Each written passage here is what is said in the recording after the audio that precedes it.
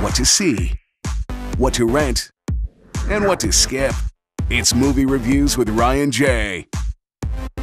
All right, if you're happy it's Friday, it might just be because Ryan J is here. He's got a couple of movie reviews and a way for your kids to see the new How to Train Your Dragon movie for free. Everybody likes the words for free. Welcome back, Ryan. Glad to be back. Thank you. Looking sharp. Love the bow tie. You're pulling it off. You know, I love the movie club because you get to see the movies for free, but also in advance of when they actually open in theaters. So that was something that actually inspired me to become a film critic, was to get to see movies before everybody else. And then taunt them. Yeah. Right. And whenever my kids are at these movie clubs and they get to see the movie before their friends, and it gives you bragging rights on the block. Exactly. You know? So Absolutely. It is a fun thing to be able to do. Why not? You want to start with Edge of Tomorrow, rated PG-13? Yes, this is the new sci-fi action version of Groundhog Day, let's say. It stars Tom Cruise, and you think you'd be overseeing him in an action movie, but this one is marvelous. Really? I've seen some previews, and I'm really, really excited about this one. What do you think of Tom Cruise and his character in the movie itself? You know, it's interesting because we have seen him do this type of film before. It's interesting, but he actually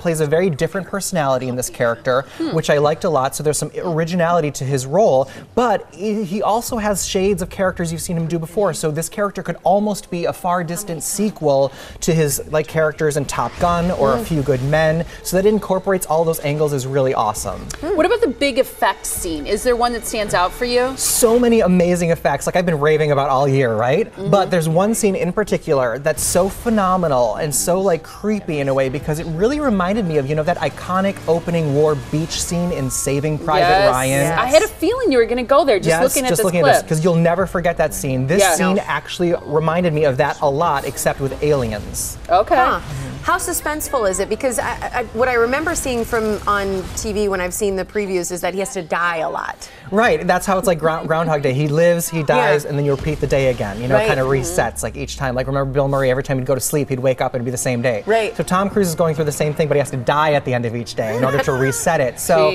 it's interesting, but I was so on the edge of my seat. And I hate saying that because it's cliche, but literally I was squeezing my knees, I was biting my lip, I was my heart was racing during this movie. It's so suspenseful. It's almost like when you're playing a really good video game and you're invested in it, and you play the same level over and over and over, and your timing gets a little bit better.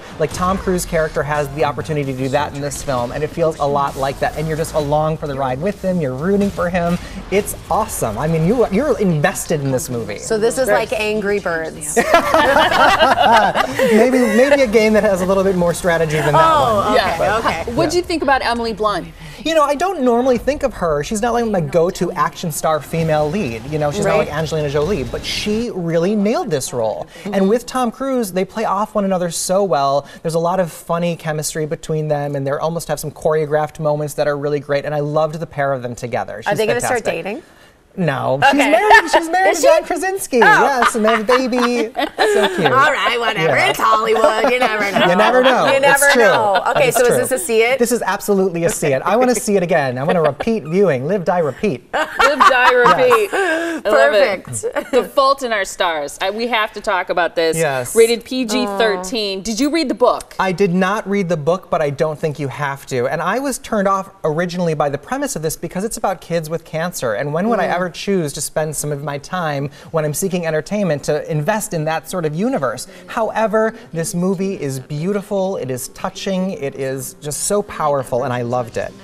It seems like there's a slow relationship between the characters. How's their chemistry? Because that would seem like the make or break. It's incredible. It's Shailene Woodley and Ansel Elgort. What's interesting about it is just a couple months ago, they played brother-sister in Divergent. And here they're lovers, but not once. And I thought about it before the movie started, but not once during the movie did I think of their characters from Divergent. They're such strong actors. The writing is so strong in this movie, and who they become, and the story, the journey you go on with them is amazing. It's almost really more like a romantic comedy. It's not really a cancer movie. That's why I loved it. It's like a romantic comedy that just sort of turns a corner toward the end and then becomes very real.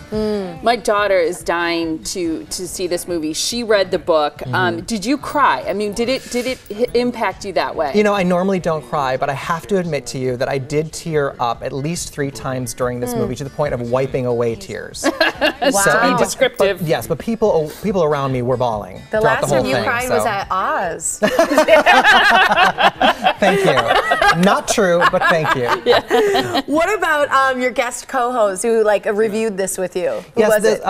her name is Olivia Wellen-Schmitz. She's 14 years old. She's an 8th grader. She's the daughter of a friend of mine that I went to high school with, and she has read this book 9 times. Wow. So I screened this film in Chicago and brought her down with me to see it because I really wanted to bring that perspective to the review. So my online review features her opinion, comparing it to the book, in addition to my opinion, not having read the book before. Can you tease what she thinks? Yeah. Or do we She have to go online? loved it, and she did? said she likes the book and the movie equally. Wow, which is That's rare. huge. It is That huge. rarely happens. Rarely happens. I think generally people like the book more. Sometimes they like the movie more. If the book, Right. So that's great.